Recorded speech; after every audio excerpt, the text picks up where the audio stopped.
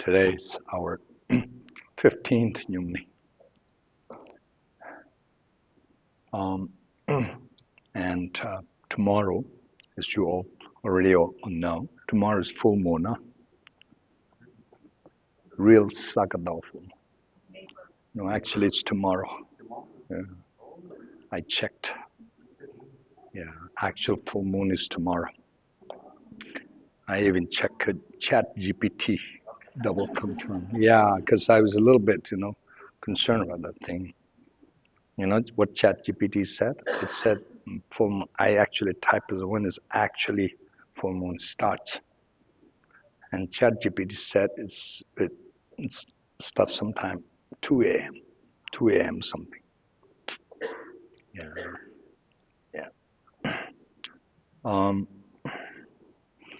Yeah. According to lunar calendar, tomorrow is also positive, element-wise also this positive connection. Day after tomorrow is not like that. So anyway, I think it was Irene who asked this morning, why is full moon particularly special? It's the power, special power. Buddha, our historic Buddha, demonstrated perfection on the Vaisak day, Sakadawa, early morning, The story goes, Buddha went to Bodh Gaya and he knew it was time for him to demonstrate perfection. So in, what's the English word? Dusk? In evening, dusk, right? You say. In dusk, Buddha subdue all the forces of Mara, Maras. And then midnight, he went in deep meditation. And then in early morning, then he complete Buddhahood was achieved. Complete perfection was achieved. And then Buddhist scholars, they do calculation. They can tell precisely when even that happened, 2,600 years ago. They say it was like there's a very unique planetary alignment and some unique thing happened. And then checking back thousands of years, there's only one time that happened in our past few thousand, past 2,000-3,000 years and beyond. Actually, something like 7,000-8,000 years past, there's only one moment like that. All the planets align perfectly, and it happened at precise moment in the dawn, 4:43, 4 o'clock, 4 a.m. and 43 minutes. And down to second, they can see it started. And they, predicted that that's when exactly Buddha's complete awakening actually happened at that precise moment. Then precious Buddha. You see, so interesting, huh? Buddha became perfect being, in other words, Can you imagine perfection? That's what Buddha really represents, perfect being. See? And then after he attained perfection, Buddha wanted to teach. But the interesting part is amazing, and time was not right. And he could see people couldn't hear his teaching. They cannot understand. Then Buddha realized time was not right. So he went back into meditation. He very famously said, I found profound elixir, nectar, Dutsi in Tibetan, nectar, to quench everybody's thirst was completely, But when I presented, nobody understood, Therefore, I shall. Actually, you have to say the whole quote. And he says, I found, Buddha's not just nectar, but Buddha said, I found profound peace and profound, um, um, and then non-fabricated, non-conceptual, and then and then a perfection, perfect. The last word is called dumache. Mm,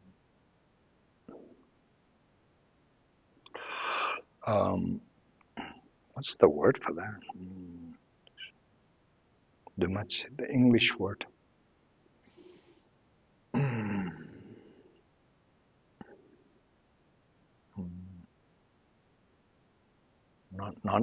Not what's that?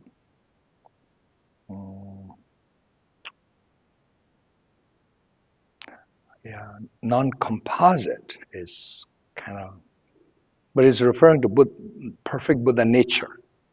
Okay, he says, I found profound and peaceful. This is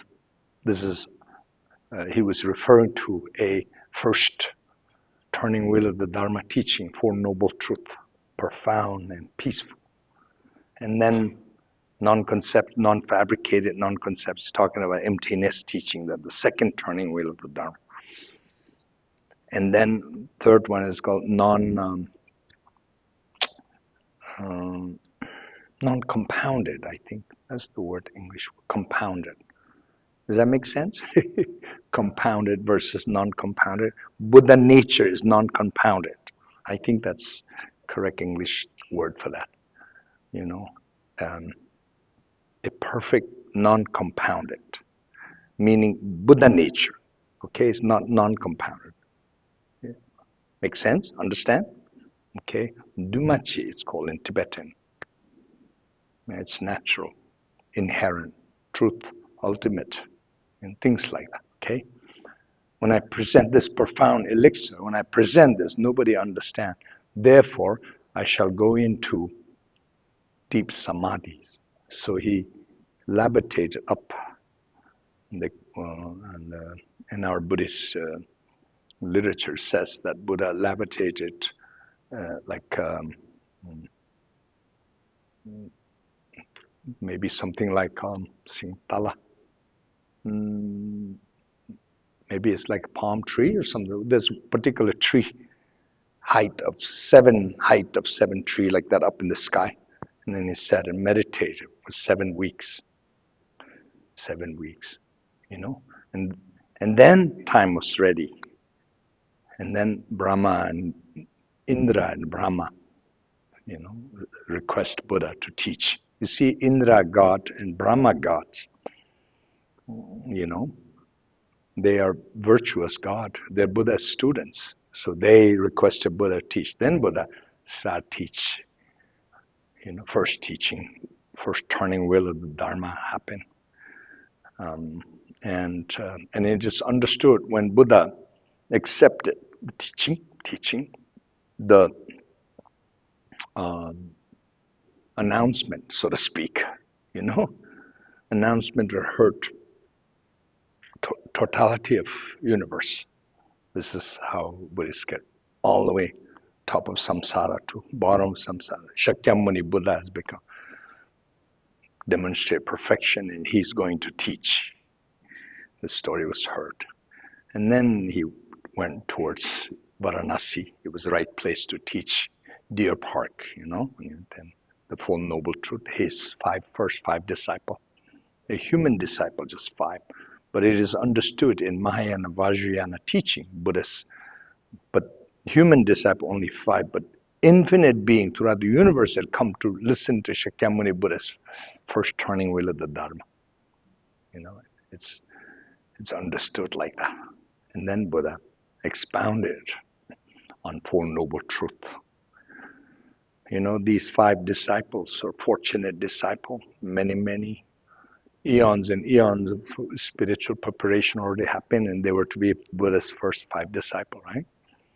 And there are many stories as though in the former times there were also some connection of the Buddha and things like that. And now finally it happened. You know, the amazing story is Buddha taught Four Noble Truth. Truth of the first, truth of the suffering, because it's manifestation. And why we have talked, because that's the issue. If there's no suffering, then no need Dharma, no need anything, you see. Evolution-wise, the original truth is first, but manifestation-wise, suffering, in terms of understanding, So you understand what suffering is, then you understand original suffering. So you see, like that, And then original suffering, you see. Last time, you remember, I was saying, in most of Theravadan doctrines, I think it's coming from Theravada, they'll say it's coming from cravings. And then that's further interpreted in English language as a desire. And then people disagree. Oh, I think desire is good, and so on, so on. Those kind of saying comes in. So what I wanted to add here is, once again, clarify this from Mahayana Vajrayana point of view. Suffering, the source of suffering is five poison, and then karma, and then all those five poison karma fundamentally comes from ignorant. Okay, so this not just craving, desire alone, and then these five poison you can usually abbreviate into it, and three poisons: attachment, aversion, stupidity. See, this is how you have to understand. And the craving is just one of it. Desire, yeah. Modern psychologists like Sigmund Freud, how he was talking about oral fixation, ego ate something, he could see this a lot of attachment, Interesting though. I think he correctly identified one of the three poisons. Just one though, this, and he thinks there's a lot to do with the oral fixation, certain sexuality, this, that. And you can see desire is a big attachment, and desire is a huge part of problem. The problem is not just attachment and desire, not just craving, it's aversion, Attachment, from Buddhist point of view, the moment you have attachment naturally means aversion is there too. Without that, you can't have attachment. And then not understanding that the stupidity, see, three poison, they're kind of simultaneous. If they're gone, they're gone, But in order to eliminate that, you need to eliminate the ignorant, right? So now, definition of ignorant is not knowing. Interesting, huh? People who are not very bright, people who have a limitation, you can tell, they just didn't know what they're doing or what they're saying. This is so obvious, right? Like that. So it goes all the way on the deepest level, ignorant, really not knowing. The fact that you're confused and lost is really ignorant, not knowing. That's the thing that you have to tackle. And then from the point of view of Four Noble Truth, evolution, and vice versa, is that suffering, origin of suffering, and then cessation of suffering. When you can see very clearly, origin of suffering is very clearly, then you can see ignorance can be removed. Oh, peace can be achieved. That's the cessation of suffering, right? And then how that can be achieved? Through path, practice, eightfold path, and so on and so on, right? So now, the interesting part is, Buddha's these extraordinary disciples, 5 disciples, it is understood. My enlightened guru said that Buddha repeated this Four Noble Truth once. And then they had a little bit, not completely understand, they were asking some questions also. And then Buddha taught second time. And then there's some subtle point they still didn't understand, they're asking. And then when the third time he taught, it became totally clear, they all achieved arhathood. Arhat. So, and then at that precise moment, in Buddhist teaching, we understood it's the first time in the planet Earth, there's 5 enlightened arhats there. together with Buddha. That's the beginning of, see? Then Buddha expounded in great detail, Four Noble Truths, teaching, incredible detail, teachings about all kinds of things. And then the second truth, second turning wheel of Dharma is teaching on transcendental wisdom, emptiness doctrine that very famously taught in Vulture Peak, emptiness doctrine, all those. And they're all sutras, sutra-based teaching. The amazing thing about sutra-based teaching, the Buddha taught everything and anything that has to do with cause and effect, karma, cause, effect, how cause, subtlest of the subtlest point of cause and effects are totally and completely taught in sutra. Yeah. Tantra is something else, actually, because it's called resultant teaching. Emphasis on the actual result itself, which is Buddhahood, perfection. Mainly that's what focuses of the Tantra is, and so on. So not like, you have to some cause something and the result happening somewhere, sometime in the future, so to speak, simultaneous. This is the uniqueness of the Tantra, see, like that. Yeah. And then the second turn, the third turning wheel of the Dharma is where Buddha perfectly, beautifully expounded on the Buddha nature. Buddha nature. How Buddha nature, luminous nature of our own mind. This morning Christina asked about enlightenment, luminous nature of your own mind. Yeah. Mahamudra masters say your true nature mind, the great bliss. Mahasiddha Saraha declared that. Yeah. In innate nature mind, inherent nature mind, true nature your mind, absolute nature your mind is great bliss. Saraha declared that. You see? Yeah. So, yeah. So if you want a little bit understanding, conceptual understanding of taste of what enlightened experience is like, great bliss.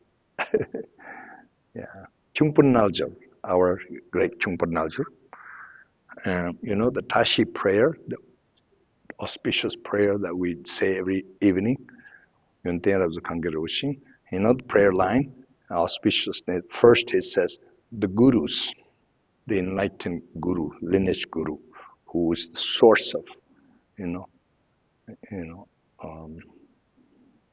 source of, who's the source of your opportunity to understand your own innate nature of mind. May they be auspicious. And then the deities, is Chumpunas, deities, will, how do you say, look after you and take care of you like a mother to her own son, like this. And truly a practitioner with committed samaya would be like that. May they be auspicious from the Idam manifestation deity. Protectors who will serve you like your humble servant, your humble servant, And they will provide you all necessary activity so you can overcome all your obstacles and defilements. May they be auspicious because of the protectors. And the next one is Mahamudra. Chumpanal just says, may they be auspicious, Tashi, auspicious in this because of Mahamudra. And he said that the line so beautifully said, entire arising phenomena. Arising phenomena. It's like a illusion, like a dream. And then because of that experience, there's a constant bliss and emptiness experience. Blissful experience, constant blissful. And then that which is free from state, non-contrived, non-fabricated state of mind, it says. May they be auspiciousness because of the Mahamudras. See? Bliss. Yeah, so that's How beautiful it is. Huh? One time, when I was quite very young, Boka Rinpoche, very devoted to my guru, because that's his root guru. And then Boka Rinpoche mm, mm, always, like me, always talk about his guru all the time, like that. And then one day describe this particular Mahamudra line. Chumpana, that's our guru, he said. And I'm like, I love my guru, very much. I'm like, wow. I still remember that. This, thing. Actually, in this Tashi prayer, every time we read, most of the time, this memory always comes. Oh, Bukharam just said that. This is our guru. This is the prayer line. Like that, great bliss. Enlightened being, I'm telling you, I really grew up with an enlightened being. My guru really was enlightened being, infinite love and compassion. Guru like that. He had interest for your well-being. This is the guru had, your well-being, that you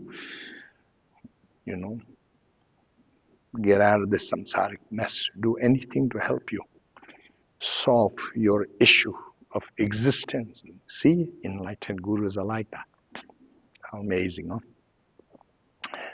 Yeah. So Buddha became enlightened 2,600 years ago.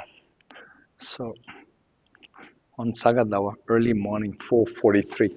Tomorrow morning, we're all going to get enlightened, okay? Yeah. Okay, I think that. You have a question?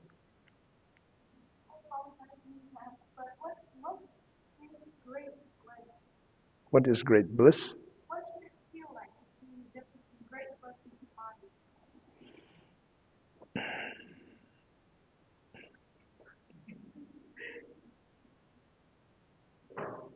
Well,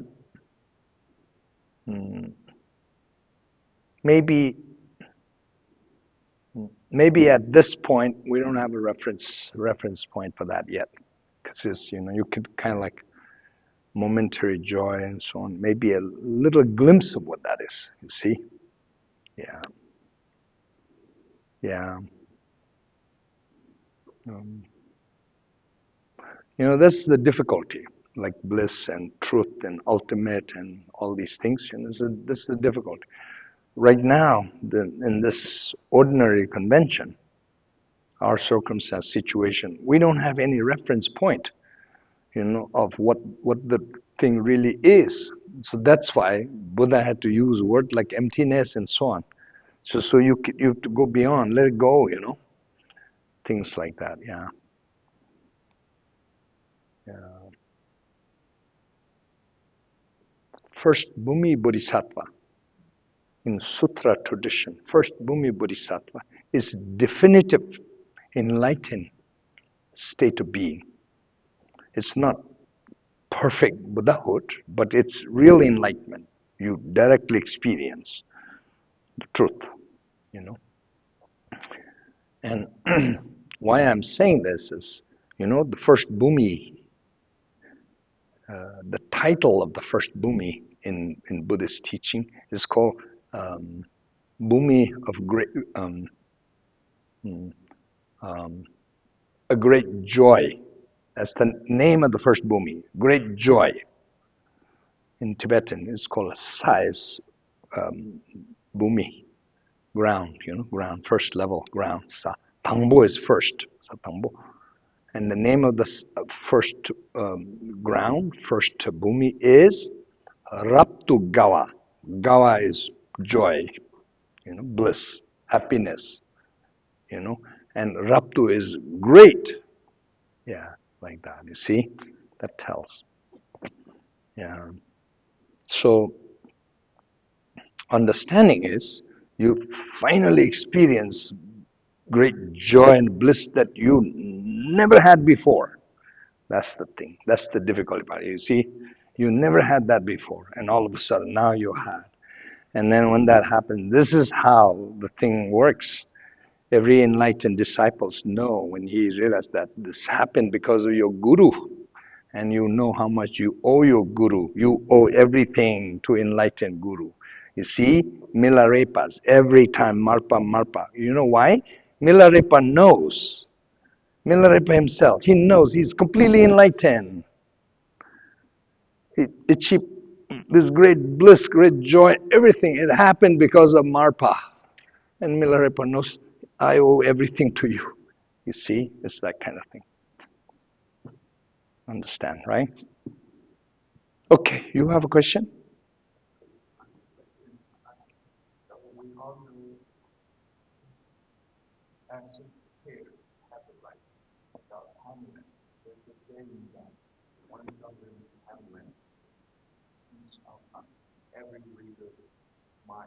Huh?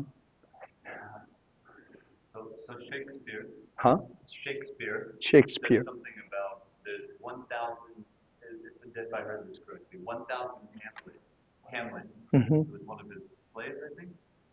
There's 1,000 Hamlet in all of our minds. Mm. And so each of our Hamlet is different. Some of them are bad, some of them are but my question is, what is the relationship between these 1,000 Hamlets?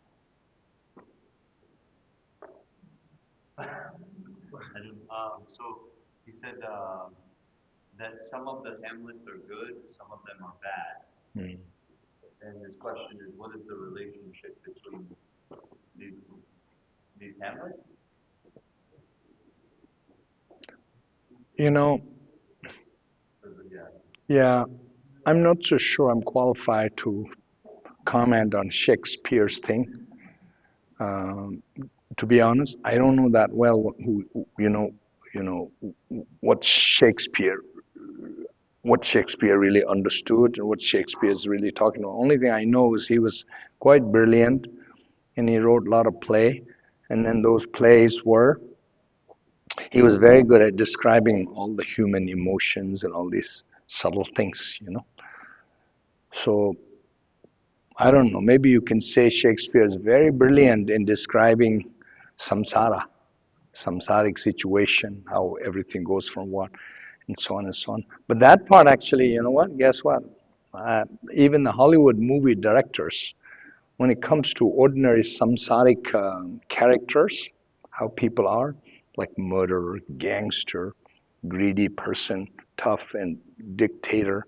You know, Hollywood directors, very brilliant. The characters, they make them play it. It's like, yeah, that's you can watch a movie and you can tell, yeah, those guys would exactly behave like that type of thing. Directors are quite brilliant actually in doing those kind of things. So they're like the Shakespeare, I guess. Yeah. And I'm not so sure whether Shakespeare is an enlightened being or not. So if he is an enlightened being, then it's something else. Otherwise, his play would be, all these things, story would be, he's very brilliant in describing samsaric things, you know. Like you remember last time I was telling you about even Carl Sagan says all crooks and dictators and charlatans and mafias and all live in that little dot type of thing. It's understanding what's actually happened, samsaric bullshits. So like that. Hopefully Shakespeare has real wisdom too. I don't know. Usually very, very smart, very brilliant human beings can describe things quite well, like the Hollywood directors. But I have to, let me tell you one thing about Hollywood directors. There's a very brilliant director, Hollywood director, Martin Scorsese. He did many movies. One of the famous ones are like Taxi and some of these gangster movies. Very brilliant. Then in 1987, he did Jesus movie called Temptation of Christ. I have just come to United States, and that movie was big deal, and the Christians were protesting because I guess he made Jesus Christ look not good in the movie, right? So then it was big news, and the Hollywood people are all supporting expression of freedom of expression, this, that, and so on and so on. Anyway, movie became very big here in the United States. And then I was in San Francisco one time, and this movie was very famous. So I went to see with some of the students and see. And those days, my English was not very good. I spoke English fluently, but I didn't quite understand very well. I went in and watched the movie, and I didn't understand anything, honestly speaking. And I'm like, I don't understand. I'm like, what the big deal about? And I don't quite understand. So now, I'll tell you what.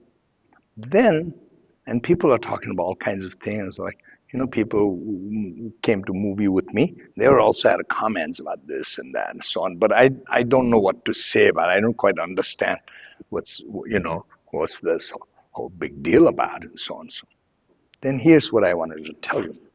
Then, exactly 10 years later, 1997, The Temptation of Christ, this movie was in TV.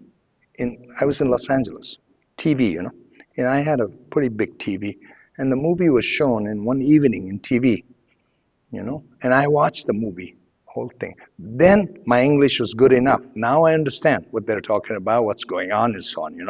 10 years later, I had enough American cultural experience to kind of at least make my own little judgment about what was going on with the movie scene and so on.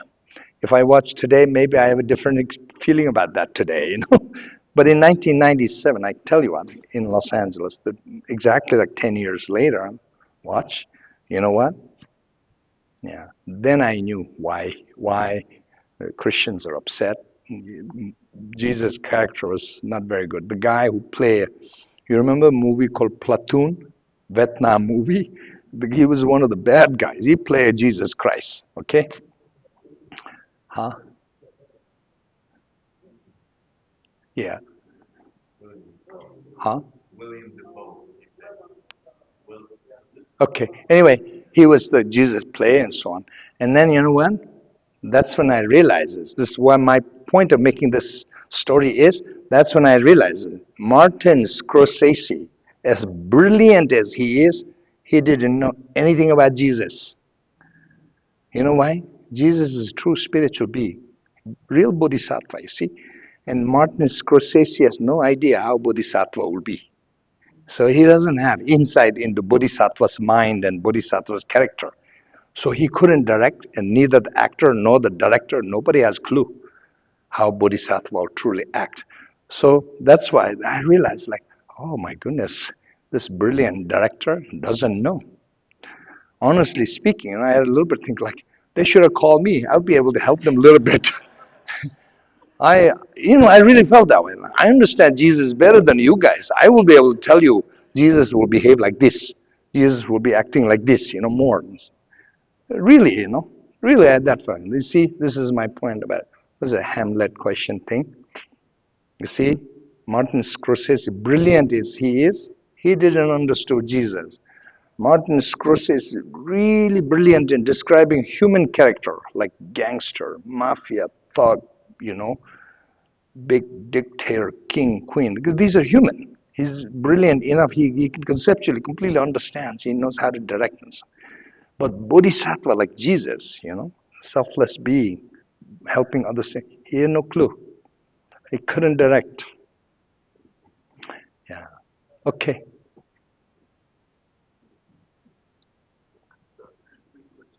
You agree with my story? What? I'm sorry, my voice is small, so I can't hear. I write it down. You have another question? I write it down. When studying Mahamudra Yes. in Vajrayana practice, Huh? in Vajrayana practice, Okay. Okay. Just go on. Yeah, I can hear you. we we begin with purification. Then we understand that defilements are naturally empty. And finally, we kind of realize that in Mahamudra, purity and defilements as non-dual. So how should I direct this deep You know, knowledge. maybe Vajrayana question another time, maybe. Okay, maybe not tonight. Okay, I think we'll stop. Yeah, all right.